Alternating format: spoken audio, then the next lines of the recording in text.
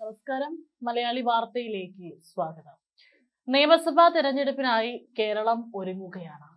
കേവലം തെരഞ്ഞെടുപ്പ് എന്നതിനേക്കാൾ ഉപരി സംസ്ഥാന രാഷ്ട്രീയത്തിലെ മുന്നണി സമവാക്യങ്ങളെയും പാർട്ടികളുടെ ഭാവിയെയും കൂടി നിർണ്ണയിക്കുന്ന ജനവിധിക്കാണ് കേരളം ഒരുങ്ങുന്നത്. ഏതായാലും എല്ലാ മുന്നണികളും ഒരുപോലെ കട്ടയ്ക്ക് തന്നെ മുൻപിലുണ്ട് എന്ന് വേണം പറയാൻ.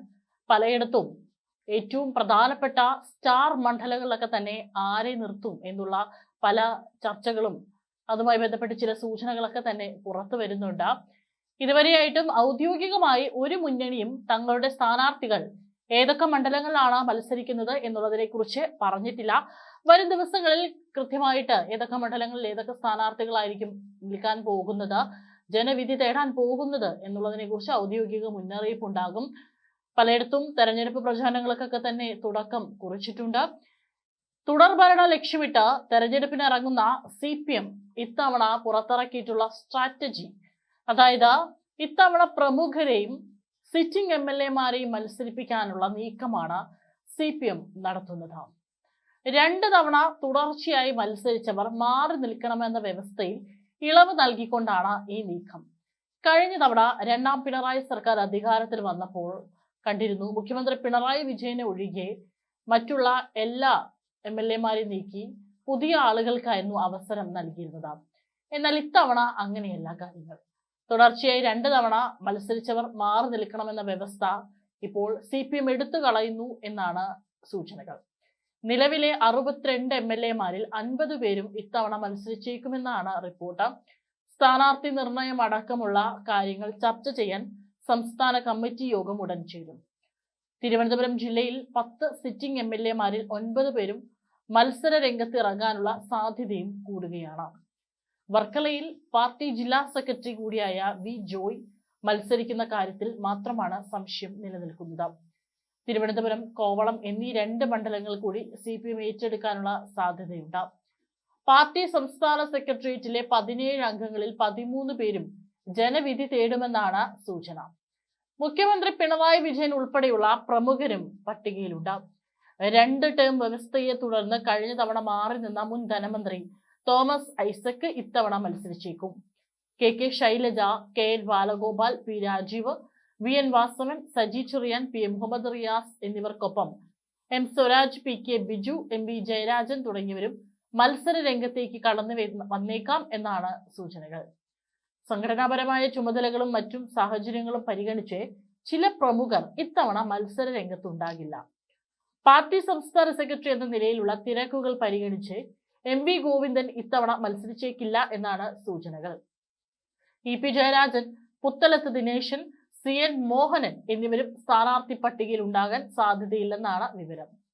വിജയ സാധ്യത പരിഗണിച്ചാണ് MLA-മാരെ വീണ്ടും മത്സരിപ്പിക്കാൻ ധാരണയിലെത്തിയത്. കടകംപള്ളി സുരേന്ദ്രൻ കഴക്കൂട്ടത്ത് തന്നെ മത്സരിക്കും. ഇന്ന് ചേർന്ന ജില്ലാ സെക്രട്ടേറിയറ്റിലാണ് സിറ്റിംഗ് MLA-മാരെ തന്നെ വീണ്ടും അകത്തിലിറക്കാൻ തീരുമാനമായത്. CPI സംസ്ഥാന സെക്രട്ടറി MV ഗോവിന്ദനും യോഗത്തിൽ പങ്കെടുത്തിരുന്നു. ജില്ലാ സെക്രട്ടേറിയറ്റ് നിർദ്ദേശം സംസ്ഥാന നേതൃത്വത്തിന് കൈമാറും. സംസ്ഥാന കമ്മിറ്റിയാണ് ഇക്കാര്യത്തിൽ അന്തിമ തീരുമാനമെടുക്കുക. സംസ്ഥാന സമിതിയുടെ അംഗീകാരം ലഭിക്കുകയാണെങ്കിൽ തിരുവനന്തപുരത്തെ CPM സ്ഥാനാർത്ഥി പട്ടിക ഇപ്രകാരമായിരിക്കും: Varkala V Joy, Attingal OS Ambika, Vamanapuram DK Murali, Kazhakkoottam Kadakampally Surendran, Vattiyoorkavu VK Prasanth, Nemom V Sivankutty, Aruvikkara G Stephen, Parassala CK Hareendran, Kattakkada IB Satheesh, Neyyattinkara K Ansalan എന്നിങ്ങനെയാണ് ആ ലിസ്റ്റ് ഉണ്ടാവുക. പതിറ്റാണ്ടുകളായി കേരളത്തിന്റെ രാഷ്ട്രീയ സംസ്കാരം കോൺഗ്രസ് നയിച്ചേക്കുന്ന ഐക്യ ജനാധിപത്യ മുന്നണിയും CPM നയിക്കുന്ന ഇടതുപക്ഷ ജനാധിപത്യ മുന്നണിയും മാറി മാറി അധികാരത്തിൽ വരുന്ന ഒരു സ്ഥിരതയുള്ള ദ്വിമുഖ ഘടനയിലാണ് പ്രവർത്തിച്ചിരുന്നത്. തീവ്രമായ മത്സരത്തിനിടയിലും ആ പ്രവചനാത്മകത പ്രത്യയശാസ്ത്ര വ്യക്തത സൃഷ്ടിച്ചു. എന്നാൽ ഇന്ന് ആ വ്യക്തത സമ്മർദ്ദത്തിലാണ്. കാരണം 2026 നിയമസഭാ തെരഞ്ഞെടുപ്പിനോട് അടുക്കുമ്പോൾ കേരളം സഖ്യത്തിന്റെ ചലനാത്മകതയിൽ നിന്ന് സ്ഥാപനങ്ങളുടെ ഭാവിയിലേക്ക് ശ്രദ്ധ മാറുന്നു. സംസ്ഥാനത്തിന്റെ രാഷ്ട്രീയ സംസ്കാരത്തിന്റെ ക്രമേണയുള്ള ശോഷണത്തെക്കുറിച്ചുള്ള ആശങ്കകൾ ഉയർന്നു വരുന്നു. പ്രത്യേകിച്ച് വിവിധ സംഘടനകളുടെ സ്വാധീനവും തെരഞ്ഞെടുപ്പ് പ്രായോഗികതയുടെ പ്രത്യാഘാതങ്ങളും കൂടി കണക്കിലെടുക്കുമ്പോൾ 2022 ദേശീയ അന്വേഷണ ഏജൻസിയുടെ ഏകോപിത റെയ്ഡുകളെ തുടർന്ന് നിയമവിരുദ്ധ പ്രവർത്തനങ്ങൾ തടയൽ നിയമപ്രകാരം കേന്ദ്ര സർക്കാർ പോപ്പുലർ ഫ്രണ്ട് ഓഫ് ഇന്ത്യയെ നിരോധിച്ചു. ഓപ്പറേഷനിൽ ഏറ്റവും കൂടുതൽ അറസ്റ്റുകൾ രേഖപ്പെടുത്തിയ സംസ്ഥാനങ്ങളിൽ ഒന്നാണ് കേരളം. ഇത് സംസ്ഥാനത്ത് സംഘടനാ പ്രവർത്തനപരമായ കാൽപ്പാടുകൾ സൂചിപ്പിക്കുന്നു. PFI നിരോധനം നിയമപരമായ അവലോകനത്തിലാണ്. കൂടാതെ അനുബന്ധ പ്രോസിക്യൂഷനുകൾ പ്രത്യേക കോടതികൾക്ക് മുമ്പാകെ തുടരുകയാണ്. തുടർന്നുള്ള നടപടിക്രമങ്ങളിലെ കോടതി ഫയലിംഗുകൾ വിഷൻ 2047 എന്ന പേരിലുള്ള രേഖകൾ പരാമർശിച്ചു. ഘടനാപരമായ നിയമനം, സ്ഥാനപരമായ സ്വാധീനം, വിദ്യാഭ്യാസം, പൗരവേദികളിലുടനീളം ക്രമേണ സ്വാധീനം വളർത്തൽ എന്നിവയുൾപ്പെടെയുള്ള ദീർഘകാല പ്രത്യയശാസ്ത്ര ലക്ഷ്യങ്ങൾ എന്നിവയാണ് ഇതിലുള്ളത് എന്നാണ് അന്വേഷണ ഏജൻസികളുടെ ആരോപണം. 2025 ജൂണിൽ NIA കൊച്ചിയിലെ ഒരു പ്രത്യേക കോടതിയിൽ സമർപ്പിച്ച സത്യവാങ്മൂലത്തിൽ India 2047 towards rule of Islam in India എന്ന തലക്കെട്ടിൽ പിടിച്ചെടുത്ത രേഖയെക്കുറിച്ചും പരാമർശിക്കുന്നുണ്ട്. സ്വാതന്ത്ര്യത്തിന്റെ 100ാം വാർഷികത്തോട് ഇന്ത്യയുടെ ഭരണഘടനാ ചട്ടക്കൂട് പുനർനിർമ്മിക്കാൻ ലക്ഷ്യമിട്ടുള്ള ഒരു ഘട്ടം ഘട്ടമായുള്ള തന്ത്രത്തെയാണ് രേഖ വിവരിച്ചിരിക്കുന്നതെന്നും ഏജൻസികൾ പറയുന്നു. ഏതായാലും തെരഞ്ഞെടുപ്പ് ചക്രങ്ങൾക്കപ്പുറത്തേക്ക് നീളുന്ന ആസൂത്രണത്തിന്റെയും സ്ഥിരമായ സ്ഥാപന സാന്നിധ്യം സ്ഥാപിക്കാനുള്ള ആരോപണത്തിന്റെയും പ്രതിഫലനമായി അന്വേഷകർ ഈ രൂപീകരണത്തെ വ്യാഖ്യാനിക്കുന്നു. പലതരത്തിലുള്ള ആരോപണങ്ങളും അല്ലെങ്കിൽ സമ്മർദ്ദങ്ങളും ഇത്തവണ CPM-നെ സംബന്ധിച്ചുണ്ട്. അതിനൊക്കെ തന്നെ മറുപടി പറയേണ്ടതും അവരുടെ ഏറ്റവും വലിയ ഉത്തരവാദിത്തമാണ്. കോൺഗ്രസിനെ സംബന്ധിച്ചാണെങ്കിലും പലതരത്തിലുള്ള ആരോപണങ്ങളും ഉയർന്നു നിൽക്കുന്ന ഒരു സമയം കൂടിയാണ്. ജനങ്ങളുടെ അടുത്തേക്ക് വോട്ട് ചോദിച്ചു ചെല്ലുമ്പോൾ ജനങ്ങൾ ചോദിക്കുന്ന ഓരോ ചോദ്യങ്ങൾക്കും എണ്ണി എണ്ണി ഉത്തരം പറയേണ്ടി വരും എന്നുള്ള കാര്യം തീർച്ചയാണ്.